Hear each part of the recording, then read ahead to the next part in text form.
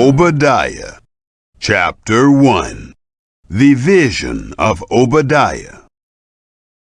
This is what the Lord Yahweh says about Edom. We have heard news from Yahweh, and an ambassador is sent among the nations, saying, Arise, and let's rise up against her in battle. Behold, I have made you small among the nations. You are greatly despised. The pride of your heart has deceived you, you who dwell in the clefts of the rock, whose habitation is high, who says in his heart, Who will bring me down to the ground? Though you mount on high as the eagle, and though your nest is set among the stars, I will bring you down from there, says Yahweh. If thieves came to you, if robbers by night, oh, what disaster awaits you! Wouldn't they only steal until they had enough? If grape pickers came to you, wouldn't they leave some gleaning grapes? How Esau will be ransacked! How his hidden treasures are sought out! All the men of your alliance have brought you on your way, even to the border. The men who were at peace with you have deceived you and prevailed against you. Friends who eat your bread lay a snare under you. There is no understanding in him.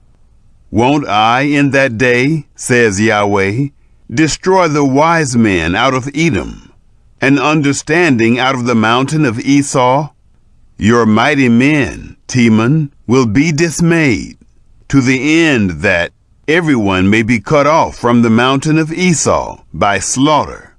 For the violence done to your brother Jacob, shame will cover you, and you will be cut off forever.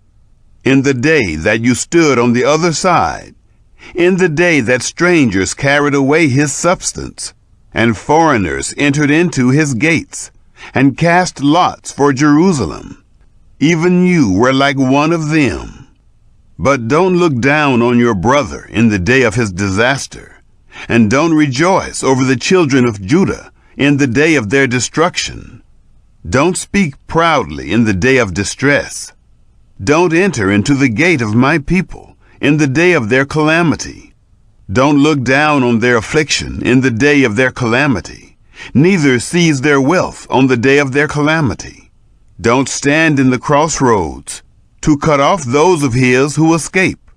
Don't deliver up those of his who remain in the day of distress. For the day of Yahweh is near all the nations. As you have done, it will be done to you. Your deeds will return upon your own head. For as you have drunk on my holy mountain, so will all the nations drink continually. Yes, they will drink, swallow down, and will be as though they had not been. But in Mount Zion there will be those who escape, and it will be holy. The house of Jacob will possess their possessions. The house of Jacob will be a fire, the house of Joseph a flame, and the house of Esau for stubble. They will burn among them and devour them. There will not be any remaining to the house of Esau. Indeed, Yahweh has spoken. Those of the south will possess the mountain of Esau, and those of the lowland, the Philistines. They will possess the field of Ephraim, and the field of Samaria. Benjamin will possess Gilead.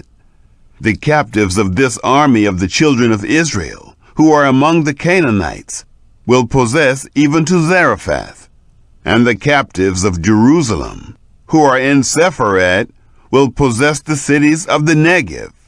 Saviors will go up on Mount Zion to judge the mountains of Esau, and the kingdom will be Yahweh's.